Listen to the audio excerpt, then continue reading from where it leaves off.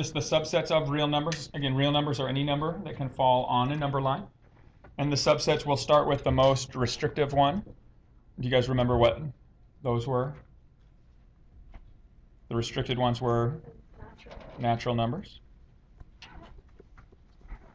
Okay, natural numbers are designated with an N with kind of an extra bar across in that slash. Okay, and the natural numbers simply represent all the counting numbers and ordering numbers. Okay, so natural numbers are counting numbers, ordering numbers, 1, 2, 3, 4. It starts at 1 and extends infinitely. Okay, as we broaden that and we get a little bit wider, we include the value of 0. So again, it's going to include all of this entire set of natural numbers with the addition of 0. Do you guys remember what those were called? Okay, so those are the whole numbers. Okay, so again, if you think of terms, kind of defining them in terms of other things, whole numbers are just the non-negative non-negative integers, okay, which is our next category. Okay, so integers are all of these natural numbers, all of the whole numbers. In addition, it is the opposites of each of those. Okay, so again, it includes all of these, the whole numbers, natural numbers, are all included within the integers. Okay, and integers are designated with a capital Z, with kind of an extra bar across that slash as well. Right, now, if we want to include all of these together with all the next set of numbers that we have are rational numbers. And remember, the rational numbers are any numbers that can be expressed in the following form.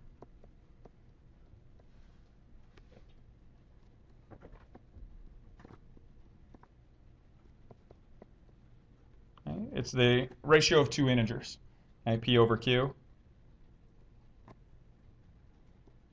Okay, and of course, Q can't equal 0 because then you'd have an undefined value. Okay, but any number that can be expressed as a fraction with two integers is called a rational number. So these include fractions themselves. Okay, it includes all the integers, which include the whole numbers, which include the natural numbers. Okay, and it also includes terminating decimals,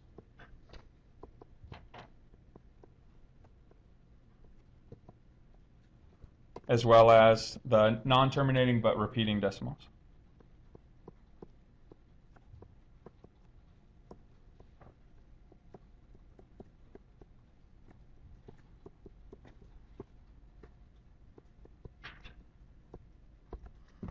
Okay. All right, and we'll go through some examples of these here in just a little bit. And then finally, all those real numbers that don't fall into the category that can be expressed as a ratio of two integers are called irrational numbers.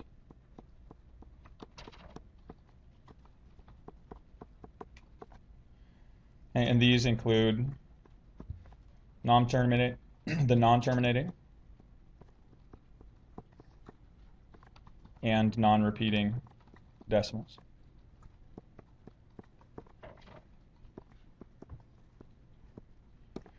Okay, so the ones that most likely or most commonly fall into this category are symbols like pi and e are irrational numbers. They're symbols to represent specific irrational numbers. And then radicals that don't simplify, either positive or negative, that don't simplify into one of the integer values. Right, so you guys have probably seen stuff or seen this kind of problem before. Remember, all of these are included in real numbers, so all of these fall into the category of real numbers.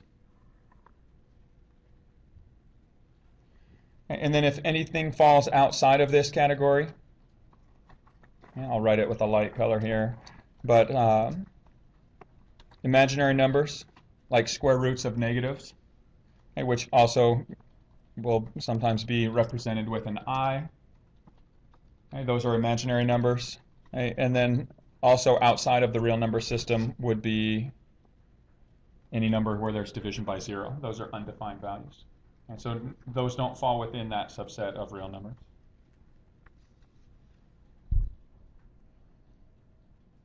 When you look at that, is that included in this rational form?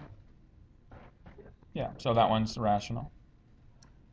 Okay, what about square root of 4? What does that simplify to? 2, right? So be very careful. I didn't catch that as I was going around, but when you look to classify these, don't classify it based on the form of the problem. Classify it based on the value. Okay, so even though the form has that radical form, it does have a value of 2. And so is 2 considered rational or irrational? So that one would be rational. Okay. All right, now when we go to the second problem, the dot, dot, dot, there's 2 different ways that we're going to represent the repetition of a pattern. Okay, dot, dot, dot depends on whether you see a pattern or not. So when you look at A, do you see a pattern here? Are there any repeating patterns in the display that they show you? No. So what that means is no pattern, so that's going to be irrational. Okay. Now, what about this second example, B? Is there a repeating pattern in that display that they show you? Yeah, the pattern is that this 593, 593, 593. There's your pattern. So if it repeats, then it's going to fit that rational form. Okay. What's the other way that you can represent a repeating pattern? Okay. Yeah, the bar across the top, right? So this expression could be written 0.5287, with a bar over it. Okay. It'll vary. You'll see both of these. Okay. The dot, dot, dot is easier for me to enter on the computer. So that's probably the one that you'll most likely see. So be able to identify, is there or isn't there a pattern that's being displayed? Okay. Looking at question number 3, an example of a number that would fit this pattern. Up there it looks like we have number 1. Would that work? Go to the most specific thing. Is the number 1 a natural number? Yeah. So again, any counting or ordering number would work. 1, 2, 3, 4, 5, 6, or so on. Okay. Number 4, nobody did it, so we'll just talk through it. A number that's real and irrational. So again, go to the most specific classification. What's an example of an irrational number?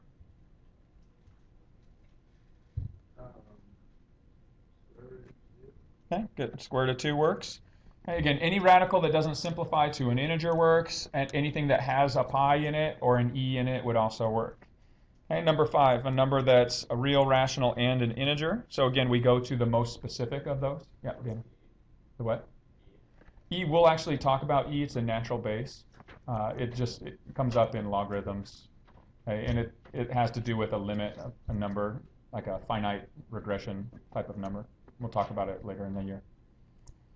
Okay, so number 5, we have the number 1 written up there. Okay, does that count as a number that is an integer, rational number, and a real number? Yeah. And again, we could have used negative numbers as well, but 1 works. All right, question number 6. And here, when you're looking to classify, and you guys are going to be asked to do this on quizzes and tests, and it will be one where you are asked to identify all that work. So it'll be check all of the boxes that apply, which of these is classified as, or which subset are each of these classified into. So for 3/4, you'd have to identify all the possible subsets from natural through real. So 3/4, what's the most specific classification it falls into? Rational. So when you look at the box, okay, or the chart here, the most specific one it falls into is this category. So it's going to be this one and everything that surrounds it. So the only one surrounding it is the all real numbers. So it's rational and real. You do need to include that if it falls into any of those subsets. Okay, what about negative 12/4? Again, the form of it is a rational form, but what's the value? It simplifies to -3. Okay, and so -3, what would be the most specific classification for -3? Integer. And so then everything that includes the integer, everything on the outside of that will also be included. So it's integer, it's also rational. which means it's also real.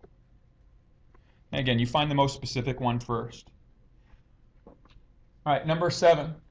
Okay, 7 is somewhat, or when you look at number 7, it looks like it has a repeating set of numbers, right? 3, 4, 3, or 3, 4, 5, 3, 4, 5, 3, 4, 5. But is there a dot, dot, dot? Is there a bar on top? No. So in this case, this isn't a repeating number. It's a terminating decimal. So based on that, the most specific classification is rational. Hey, which means also it extends out to reals. Hey, what about B? The dot, dot, dot, is there a pattern there that repeats? No, so most specifically it is irrational, which also means it's real. Okay. All right, moving up to 8 over there. Okay. You want to pick values that fall between these two limits. Okay. And so the group picked -3/5. Is that true? Does -3/5 fall between -0.56 and -0.65? Yeah, because the value is -0.6, right? So that fits. Okay, the second number was chosen, -5.765. Okay, does that number fall within this range? Yep. And then finally the last one was 3.6. Does 3.6 fall between 3.46 and 3.64? Yeah, so those fit as well. Right. In this example 9, which two numbers are irrational? Okay, so when you look at that, square root of 56 does not simplify into an integer. Does square root of 25 simplify to an integer? Yeah, so really this becomes 8 minus 5, which is 3. So that one is rational. And then finally, root 73 does not simplify to an integer. So the two that are irrational are A and C. And those are labeled up on the board as well. All right, and finally, placing these numbers in the correct spots.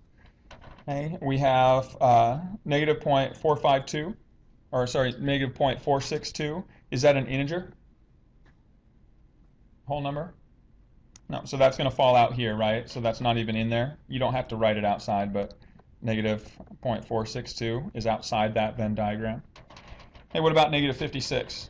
Is that a whole number? No, is it an integer? Yeah, so that's going to be listed here. So it's not overlapping, it's in the integers by itself. What about 735? It's both. How about 0.326? Neither. 8,321? Both. And then 0, both. Are there any numbers that would fall in here? Is there a number that you can think of that would fall into that region? A whole number that's not an integer? No, right? Because integers or whole numbers are completely contained within integers, right? Again, if we go back to this, a whole number is completely inside this box of integers. So there's not a single number that could exist to fall into that category.